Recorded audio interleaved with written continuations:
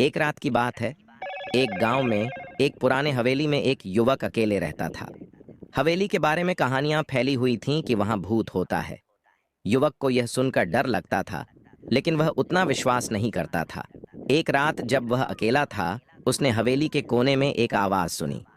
वह धीरे धीरे आवाज की ओर चला और वहां एक पुराना खुला कमरा देखा, जिसमें विराजमान एक पुराना अलमारी था। उसने अलमारी खोली और उसमें एक पुरानी किताब पाई। जब उसने किताब खोली तो उसमें खुद लिखी गई थी, मुझसे संपर्क करने का यह अंतिम साधन है। इसे पढ़कर तुम्हारे जीवन की गतिविधियों में मदद मिलेगी। उसने किताब में और बातें पढ़ीं और फिर उसे नींद आ गई।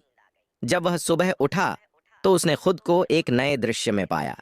वह किताब में दी गई जानकारी के अनुसार अपने जीवन में सकारात्मक बदलाव लाने में सफल रहा और वह हवेली के भूत की असलियत जानकर हैरान रह गया।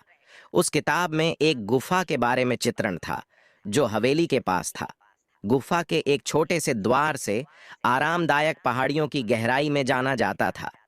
युवक ने किताब में पढ़ा कि गुफा में एक पुरानी तरह की बातें और रहस्यमय घटनाएं छिपी हो सकती हैं। उसने गुफा का पता लगाया और उसे जाने का निश्चय किया। जब वह गुफा में पहुंचा तो वहां से गुहारने की आवाज सुनाई दी। धीरे धीरे आवाज की ओर चलते हुए वह एक छोटे से कमरे में पहुंचा, जहां उसने एक पुरानी छोटी बोतल में एक पुराना खजाना देखा। उसने खजाने को खोला और उसमें एक पुरानी पत्थर की मूर्ति, कुछ सोने और चांदी के सिक्के और एक पुराना पत्र देखा। पत्र में लिखा था कि यह खजाना एक प्राचीन सम्राट की संपत्ति है, जो किसी निर्दिष्ट समय में गायब हो गई थी। इसके साथ साथ पत्र में एक संकेत था कि यह खजाना केवल उसे मिलेगा जो इसकी सच्चाई और अनुशासन का प्रमाण दे सके। युवक ने खजाने को संग्रह किया और वह वास्तविकता में एक सच्चे खजाने की खोज में अपना स्वागत किया। वास्तव में युवक ने खजाने का अर्थ जान लिया कि वह उसके अगले जन्म का रिश्ता था। यह जानकर उसे अपने जीवन के महत्वपूर्ण घटनाओं को समझने का नया दृष्टिकोण मिला। वह समझ गया कि हर जन्म एक पूर्व जन्म के कर्मों का परिणाम होता है और यह उसे अपने वर्तमान जीवन को समझने में मदद कर सकता है। उसने इस ज्ञान का उपयोग करके अपने जीवन को एक नई दिशा में ले जाने का निर्णय लिया और खुद को और अधिक सकारात्मक बनाने का प्रयास किया। इस कहानी से हमें यह सीख मिलती है कि हमारे कर्मों का महत्व हमारे भविष्य को निर्धारित कर सकता है और हमें उन्हें ठीक और सकारात्मक दिशा में ले जाने का जिम्मेदारी स्वीकार करनी चाहिए।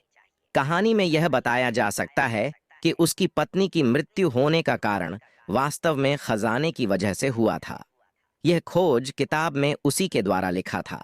शायद उसकी पत्नी ने खजाने को खोजने के लिए उसके साथ साझेदारी की थी और इसका परिणाम यह हुआ कि उन्हें एक अप्रत्याशित और अच्छे के साथ नकारात्मक घटना का सामना करना पड़ा। यह उस युवक के लिए एक और मुश्किल आई थी, जिससे उसने अपने जीवन को समझने का और अधिक महत्व दिया।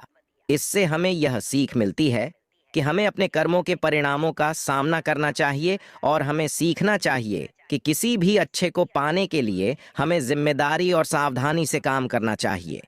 कहानी में यह बताया जा सकता है कि उसकी पत्नी की मृत्यु होने का कारण वास्तव में खजाने की वजह से हुआ था। यह खोज किताब में उसी के द्वारा लिखा था। शायद उसकी पत्नी ने खजाने को खोजने के लिए उसके साथ साझेदारी की थी और इसका परिणाम यह हुआ कि उन्हें एक अप्रत्याशित और अच्छे के साथ नकारात्मक घटना का सामना करना पड़ा। यह उस युवक के लिए एक और मुश्किल आई थी, जिससे उसने अपने जीवन को समझने का और अधिक महत्व दिया। इससे हमें यह सीख मिलती है कि हमें अपने कर्मों के परिणामों का सामना करना चाहिए और हमें सीखना चाहिए कि किसी भी अच्छे को पाने के लिए हमें जिम्मेदारी और सावधानी से काम करना चाहिए। तो दोस्तों, हमारी वीडियो पसंद आई हो तो वीडियो लाइक और चैनल को सब्सक्राइब जरूर करें। धन्यवाद।